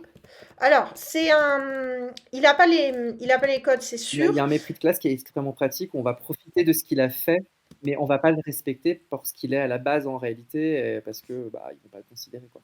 Alors lui, il va, lui et ses parents, ils vont prétendre avoir des ancêtres hyper prestigieux. Donc son père dit que un de ses ancêtres C'est un commun. voilà, est le premier président du Parlement de Paris. Sa mère, elle dit descendre des souverains du Pays de Galles, etc. Mais dans les faits, c'est Il nous de faut la une César en bourgeoisie. fait, en gros. Dans les faits, au niveau économique, c'est de la bourgeoisie. Il peut aller à Saint-Cyr et tout, hein. C'est de la bourgeoisie qui finit pas très bien parce que le père s'endette. Et donc lui, au début de sa carrière, il a ce problème-là. Il a des dettes à payer quand son père est mort. Mais voilà. Ouais, Donc donc il faut c'est vrai qu'à l'époque, il y en a plein qui disent mais c'est un très inculte Balzac. et tout. C'est pas vrai. Mais c'est pas non plus quelqu'un de cultivé. D'ailleurs, il aime pas lire et tout. Donc, mais il avait les outils quand même sociaux Ouais. pour pas être complètement largué. Mais oui, c'est pas l'élite. En fait, c'est ça le truc, c'est qu'il faut aussi rester proche du peuple potentiellement, donc il ne faut pas non plus avoir l'air comme tout le système politique qui va contredire et vouloir contredire. Et en même temps, enfin, c'est ça qui est assez amusant, c'est que pour les électeurs potentiellement, il faut garder une certaine image, mais en même temps, il faut être présentable pour avoir des soutiens, et en même temps, il doit bien avoir conscience possiblement, s'il n'est pas trop bête, qu'il n'est pas pris au sérieux, genre par les monarchistes qui doivent le Mm. prendre de haut. C'est à ce niveau-là, il est quand même, je pense effectivement, ça met bien en avant toute cette malice sociale, enfin, de persona social en tout cas, pour Ouais, pouvoir naviguer. ouais, Et, complètement. enfin, et rien que ça reste extrêmement malin. Ça reste extrêmement malin, je trouve, pour juste au moins s'assurer un niveau de vie convenable jusqu'à la fin, même s'il a des idéaux, il veut faire toujours plus. Mais l'air de rien, sur les débuts, c'est assez malin quand même, quoi. Et enfin, Complètement. faut avoir un rapport avec soi-même extrêmement particulier quand même. Parce que moi, je serais pas capable d'aller voir des monarchistes pour aller leur demander du fric en disant oui, ils vont me prendre. C'est pas grave, je sais pas si j'aurais cette abnégation vis-à-vis Oui. de moi-même, Mais parce qu'en fait, même si. il a pas d'idéaux, il n'a pas d'idéologie. Et Ouais, en fait, voilà, c'est c'est ça le lui. truc. C'est lui.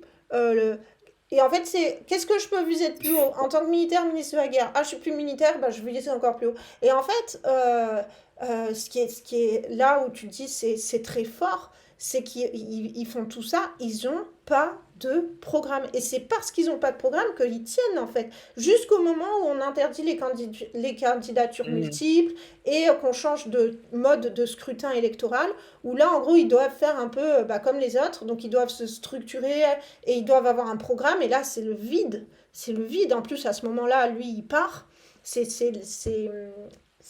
Ouais, c'est le vide politique, quoi. Mais tu dis, en fait, tout le monde le regarde un peu comme un bouffon euh, ou comme voilà le démagogue, le tribun, tu vois. Mais le gars, il sait pas très bien parler.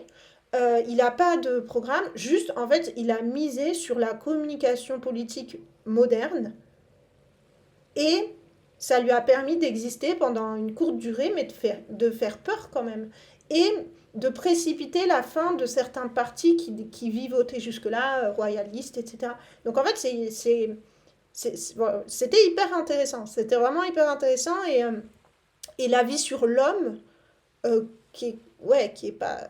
Voilà, on lui attribue peu de qualité, ben quand même, il a réussi à faire quelque chose que pas grand monde arriverait à faire, notamment grâce à une conjonction de facteurs qui ne dépendent pas de lui, mais quand même, quoi. Il était là.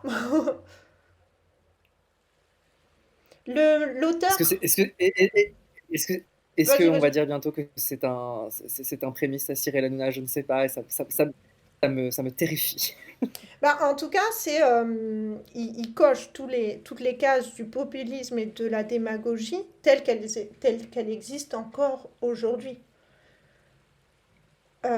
Et ce côté, Évidemment. je sais pas ce que je veux, je sais pas ce que je pense, mais c'est moi qui vais passer en premier, donc je vise plus haut. Bon, alors je suis pas une spécialiste de Trump, mais j'ai vu le film qui doit certainement prendre des, euh, des libertés parce que c'est romancé, mais tu le Factice. retrouves un peu quand même. Tu retrouves un peu le côté, je suis pas celui qui parle le mieux, je suis pas, mais en fait juste je suis un hargneux. Donc les gens vont mise sur moi en se disant qu'ils feront ce qu'ils C'est veulent de juste être. moi. Ouais, Ouais, c'est une force d'énergie et juste d'action qui est constante. Et même si ça marche pas, même si ça flop, même si ça repart, enfin, tu rebondis toujours. Et vu que tu es toujours en activité, tu es impossible à suivre véritablement exactement. Et en personnellement. fait, Et tu as quand même d'autres qualités de pouvoir canaliser les choses. c'est ça. Et puis t'as le fric. Alors Boulanger, c'était pas le sien, Mais mais il a pas créé un journal. ah oui, oui, oui. Alors il a créé un Il a bureau de pas créé. presse. Il a eu des journaux.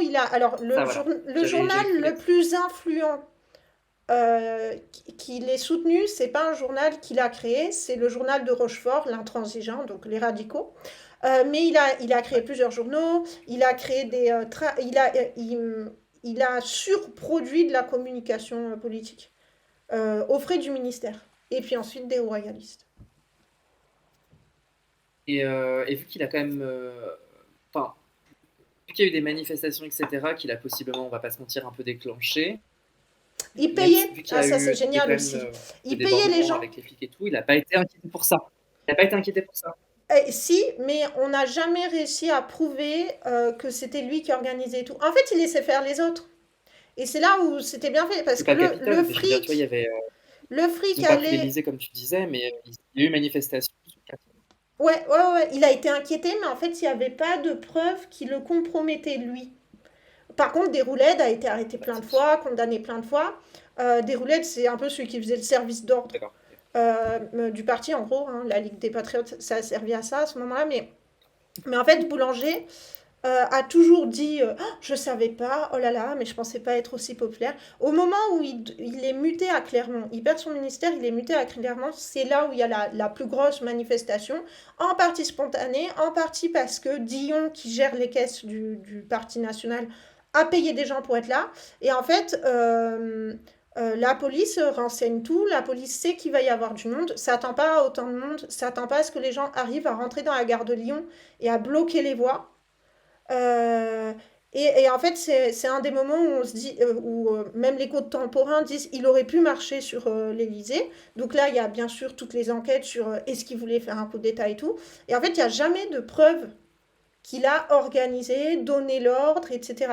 Donc c'est un éternel suspect. C'est pour ça qu'il est sous surveillance policière depuis le début de sa popularité, quoi. Mais non, il n'y a pas de preuve. Vu que justement, parce que justement, vu que tu mettais en avant, et enfin, moi, sur la période, c'est un peu l'imaginaire que j'en avais sur. C'est un peu le bordel au niveau politique et globalement, il y a quand même des grosses libertés sur les lois et sur Ouais, l'interprétation des lois. Donc, c'est pour ça que c'est aussi une période assez particulière et assez inquiétante quand même à certains égards. Malgré tout, vis-à-vis de cette figure-là, il y a quand même des moments où il y aurait pu avoir des libertés pour dire bon, allez, c'est globalement un coup d'État juste qui a loupé. En plus, voilà, il aurait pu, je sais pas, bouger des soldats, bouger des éléments de l'armée. Enfin, je sais pas quel contact il a gardé avec l'armée après ah, ça, effectivement de je la peux en guerre, mais parler. admettons. Ils auraient peut-être pu se dire bon, allez, on avance un petit peu les choses vu qu'on fait un peu ce qu'on fait avec les lois à cette époque, à certains moments, et toi, en as parlé un petit peu, voilà, sur l'interprétation et sur l'utilisation des choses pour couper l'arbre sous le pied un peu plus rapidement, parce que ça a mis quand même vachement de temps, l'air de rien. Enfin, c'est une période assez courte, mais l'air de rien, il s'est passé tellement de choses que ça Oui, paraît très très long avec tout ce qui s'est passé on va dire, sous son regard ou autour de lui. c'est un des...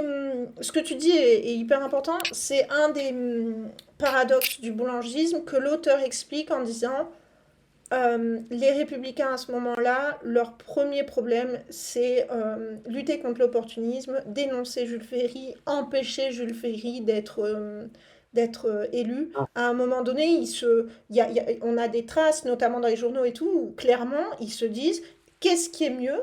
Un républicain Jules Ferry, opportuniste, ou un mec, on sait pas, boulanger en fait. À un moment donné, ils se disent vraiment, enfin, et ça, on le conçoit mal avec toutes nos écoles Jules Ferry, que déjà quand tu dis, bon, la colonisation sûr. du Tonkin, les gens tombent de haut en se disant, mais non, c'est juste l'école gratuite et obligatoire, mais non, Jules Ferry, c'est plus compliqué. Et en fait, moi, j'avais pas maîtrisé le degré de haine que ce mec a, alors qu'il a du pouvoir, à ce moment-là, il est député ou il a eu des ministères et tout, mais en fait, les républicains, ils sont trop centrés sur eux-mêmes. Et du coup, D'accord. ils surveillent Boulanger, mais voilà, ils prennent pas trop au sérieux. Ça met du temps, ça met vraiment du temps à ce qu'ils réagissent. C'est la thèse de l'auteur en tout cas. Ils sont trop centrés sur la haine de l'opportuniste pour se dire, Ok. bah peut-être Boulanger, il est vraiment dangereux. Ok, ok. Oui, puis enfin, ils gèrent leur regard interne et Ouais, il y a peut-être une idée de défendre leur propre programme, leur propre ouais, calcul politique où ils veulent pas non plus trop s'engager sur ces choses-là parce qu'ils perdent d'autres choses en parallèle et leur c'est propre. ça. Et puis, Ou alors ils bah, s'imaginent sur un temps plus long potentiellement aussi. pour que, y ait une loi qui dise, bah, ce type de manifestation, en fait, non et tout, bah, il faut avoir un gouvernement majoritaire, ce qu'il n'y a pas. Faut avoir le vote Ouais. de la Chambre, etc. En fait, voilà, c'est aussi la République, c'est déjà un vieux dinosaure hein, qui fonctionne pas très très bien. Et d'un point de Et vue d'ailleurs, militaire, est-ce qu'il y a des débats à l'époque sur. oula, j'ai pas entendu, ça a coupé. Je t'en prie, j'allais te poser une autre question, mais fini, et je te la poserai après. Ok. Sur les militaires, tu as dit est-ce qu'il a le soutien de l'armée? C'est vrai que j'en ai pas parlé. Pas dégradé, clairement pas. Notamment parce que, disons qu'il a craché dans la soupe, parce que bah, lui, il voulait monter en grade, etc. Donc il y a beaucoup d'ennemis dans les gradés. Dans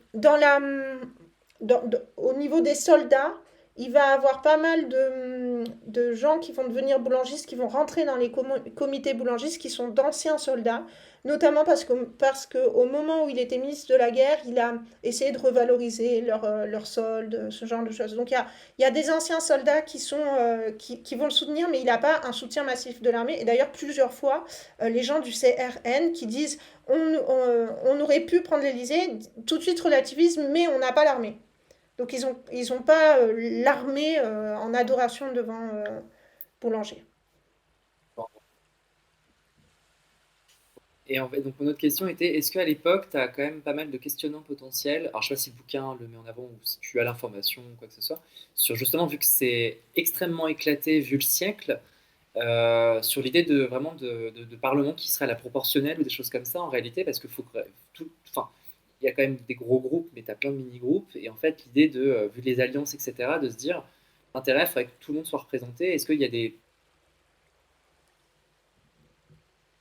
ce genre de système-là pour que tout le monde soit un peu présent parce que personne n'arrive vraiment à s'entendre et chacun défend ses propres intérêts pour essayer un peu d'avancer, même si on sait que généralement, bon, c'est pas forcément pour les meilleures raisons que ce genre de propositions sont mises en avant, en France du Alors, moins. il y a le principal débat, c'est le type de scrutin. En fait, il Ok, quitte le scrutin d'arrondissement. Donc il y a un peu de ça dans ce débat-là. Il y a quelques radicaux qui vont vouloir de la proportionnelle, mais c'est une période politique où Paris est considérée comme faiseuse, alors je vais dire une expression qui est un peu anachronique, mais faiseuse de roi, quoi. C'est-à-dire que à ce moment-là, tout le monde pense que tout se décide à Paris, le reste de la France, c'est la province, qui du coup va suivre. Et en fait, il n'y a pas vraiment la conscience que bah, la majorité des électeurs, c'est des ruraux. La majorité des électeurs sont catholiques, et donc tout ce qui est politique anticléricale passe pas très bien. Euh, ils bien n'ont sûr. pas, ils ont pas, ils ont pas cette vision sociologique de l'électorat. Et ceux qui l'ont ont aucun intérêt à la proportionnelle. Et du coup, au moment où Boulanger gagne ses 3 sièges à la Seine, et ben en fait pour tout le monde c'est bon, il va avoir le pouvoir. Et même pour les boulangistes, pour eux ça va être naturel que 6 mois plus tard, il va avoir le pouvoir. Et en fait justement cet échec-là, l'auteur dit bien, ce qui est intéressant c'est que personne ne remet en question le schème mental qui dit que tout se passe à Paris et que Paris prend la décision pour le reste de la France et que le reste de la France est bien contente que ce soit les Parisiens qui se préoccupent des affaires politiques en fait. Et en fait, bah non, la preuve, c'est quand il a eu ses 3 sièges, derrière, il n'a pas réussi à gagner le pouvoir. Et donc, en fait, l'opinion publique parisienne, bah, elle est différente du reste de la France et elle n'est pas du tout majoritaire. Et 10 ans plus tard, il va se passer, avec un autre personnage, il va se passer à peu près la même chose où tout le monde va dire ah, il a eu Paris, c'est fini et tout. Et non, en fait. Et en fait, ça va mettre beaucoup de temps à ce que les mentalités politiques vont à l'encontre de ce cliché et du coup se pose vraiment la question de la proportionnelle. Je suis pas spécialiste, hein, Ce qui mais est... ce que je sais, c'est ça. Ouais, bien sûr, bien sûr. Mais c'est ce qui est assez marrant parce qu'en réalité, quand on voit l'avant-loi où il pouvait se présenter, alors déjà, il pouvait se présenter alors qu'il enfin, il n'avait pas le droit d'être élu, donc ça n'a aucun sens. Mais le fait de pouvoir se présenter partout, à plein d'endroits, etc., ça montre déjà qu'en réalité, c'est pas qu'ils n'en ont pas conscience, c'est qu'ils s'en foutent un peu parce qu'ils se Ouais. servent quand même de ces systèmes-là pour être présents et avoir quelque chose. Et ce qui a toujours, enfin, j'ai l'impression que ça, finalement, c'était peut-être le cas avant et c'est encore le cas un petit peu jusqu'à aujourd'hui Ah, aussi. On c'est le regarde ça un petit cas. peu de loin, mais en réalité, on est toujours content d'avoir plein d'élections et plein de statuts potentiels et de fonctions parce que ça sert quand même, quoi qu'il arrive, un certain agenda ou du moins des intérêts personnels. C'est ça qui est assez terrible en réalité. Ouais, mais c'est le cas avant parce que c'est un peu la Pareil, mais stratégie. en fait, ils se servent des régions. Ouais, ouais, ouais. C'est un peu la stratégie du futur Napoléon III, hein. Cette candidature multiple, plébiscitaire et tout. Moi aussi, tout le long, je me disais, mais c'est incroyable. Et donc, à un moment donné, il y a les préfets qui disent quand même, la candidature est illégale. Et le gars, il va continuer d'être candidat alors qu'il est en exil en Angleterre, condamné en France par la haute cour. Bon, c'est censé être quand même. Ouais. Voilà. Et en fait, on fait le tri après. Et du coup, la campagne électorale et les élections, en fait, c'est vraiment juste un vecteur de regarder comme je suis populaire. Et donc, quel que soit le résultat, à partir du moment où il est un minimum important, vous allez devoir me prendre en compte dans la vie politique. Et du coup, ouais, ça n'a rien à voir avec nous, où bah, on ne peut pas être candidat comme ça. Et si on n'a pas le droit d'être candidat, la candidature, elle n'existe pas. Et ça met en question la manière de voter de l'époque. En fait, la manière de voter de l'époque, il y a la police qui est là, mais en fait, par exemple, au moment où il veut vraiment gagner, il va mettre le paquet en moyens financiers pour que ceux qui s'occupent des urnes et tout soient de son parti ou payés par lui. Et ça, pareil, enfin, ça serait pas possible. Et du coup, ouais, ce que tu dis, ça montre aussi bah, toute cette évolution dans l'histoire des élections. Mais ouais, la proportionnelle, à l'époque, c'est un sujet très marginal. Ok, mais en tout cas, ouais, ça laisse un peu quand même entendre que globalement, depuis 150 ans à minima, juste le, dire, l'espace politique est une espèce d'immense lycée de popularité où en fait, enfin, c'est tout et n'importe quoi et le règlement intérieur est quand même assez particulier et tu peux quand même faire des choses même si l'aboutissement ne sera pas atteignable. Enfin, c'est assez incroyable quoi. Mais tu Et vois, que le plus les lois Parlement, plus dures, ça n'a pas été mis en place dès l'époque, quoi. en fait, le Parlement et le Sénat n'ont pas de règlement intérieur avant 1879. Tu vois? Et encore, il est pas suffisant manifestement Oui, pour régler des mais choses qui sont passées donc après. effectivement, c'est un peu expérimental, on va dire. Et hyper oligarchique, et en fait, Boulanger, il incarne ça, hein, il incarne on en a marre. Mm. Ah Ah, oui, mais bon, finalement, en réalité, enfin, c'est des paroles publiques qui sont un peu quand même en contradiction avec ses méthodes, quoi. Parce qu'en réalité, Oui, il voulait une petite place au chaud, et je pense le plus longtemps possible, en fait. complètement, complètement. Je vous propose, parce C'est que je vois incroyable, quoi. l'heure, je propose de passer, parce que enfin, je pense que j'ai un peu trop parlé, de passer à ma proposition pour la prochaine lecture, comme ça on choisit, ça vous va? Ouais, allons-y. Allez, parfait. Alors, je retourne sur OBS, petite transition. Et donc, du coup, j'ai bloqué, pour essayer de rester logique, la date dimanche 15 juin à 16 h. Je l'ai bloqué là, j'avais pas réfléchi avant, donc j'espère que ça va. Je Waouh. propose Oui, 3 livres. Il y en a un que j'avais déjà proposé la dernière fois. En fait, on avait hésité entre les deux, donc je me suis dit peut-être je le laisse si jamais vous vouliez revenir dessus. tu l'aimes bien, je crois, en plus. Ouais, bah après, j'ai pris dans ma wishlist personnelle. Donc, tous les bouquins que je propose, à un moment donné de ma vie, j'espère les lire. Donc, c'est L'invention de la Grèce. Donc, je commence avec lui, il est au milieu. L'invention de la Grèce de Patrice Brun, qui lui est spécialiste d'histoire grecque. Et en gros, là, c'est un peu une histoire des mentalités et même un petit peu de l'historiographie, je soupçonne. Et donc, c'est comment. Je ne vais pas relire le résumé vu que je l'ai déjà fait la dernière fois, mais rapidement, c'est en gros comment s'est construit l'image de la Grèce, berceau de la civilisation, etc. Tout ce qui est hyper positif et un peu qui gomme toutes les exclusions et inégalités qu'il y avait. Donc voilà, c'est sur l'usage et le mésusage de la Grèce antique. Donc c'est une histoire transversale des mentalités, je pense. Ensuite, je vous propose de Laurier-Turgeon, une histoire de la Nouvelle-France, français et amérindien au XVIe siècle. J'ai essayé de faire pas que de l'histoire contemporaine. Euh, Laurier-Turgeon, il est historien et il est ethnographe. Et donc là, c'est littéralement la colonisation aux Amériques au XVIe siècle. Et donc l'histoire des contacts euh, que ça va créer et des violences. Et donc là, ça serait aux États-Unis au XVIe siècle, et histoire des Français. Ensuite, j'ai pris un historien contemporain, mais qui va faire une histoire un peu transversale parce qu'il commence au XVe siècle. Son bouquin, c'est l'histoire Les hommes lents résister à la modernité 15e, 20e siècle. Et donc là, je vais le lire parce que je suis pas sûre de pouvoir bien l'exprimer par moi-même. C'est Partant d'une violence symbolique et d'un imaginaire méconnu, Laurent Vidal fait la jeunesse des hommes lents, ces individus mis à l'écart par l'idéologie du progrès. On y croise tour à tour un Indien paresseux, un colonisé indolent, des ouvriers indisciplinés et plus proche de nous le migrant en attente ou le travailleur fainéant. Mais l'auteur révèle Mais l'auteur révèle aussi la façon dont ces hommes s'emparent de la lenteur pour subvertir la modernité, de l'oisiveté revendiquée aux ruses déployées pour s'approprier des espaces assignés. Les hommes lents créent des rythmes inouïs, jusque dans les musiques syncopées du jazz ou de la samba.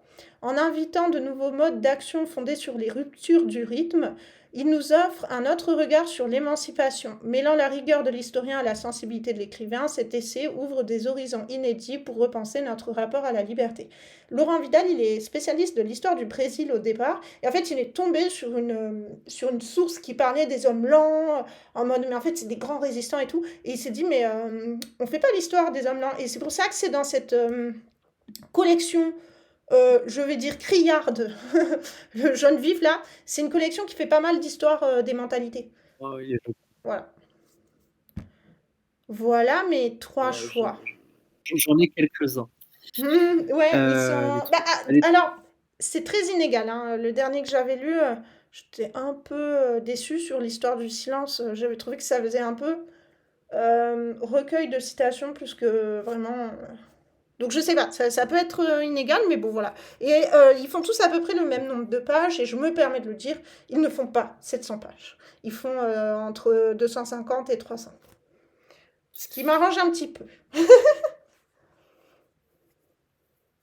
Moi, je trouvais pas inintéressant, en tout cas, de passer un truc sur aussi l'aspect histoires culturelles ou des sensibilités, donc Ouais. peut-être plus sur le deuxi même si le premier me fait aussi beaucoup de l'œil, ou le troisième pour, peut-être changer un petit peu d'approche et de façon de discuter un bouquin d'histoire peut-être?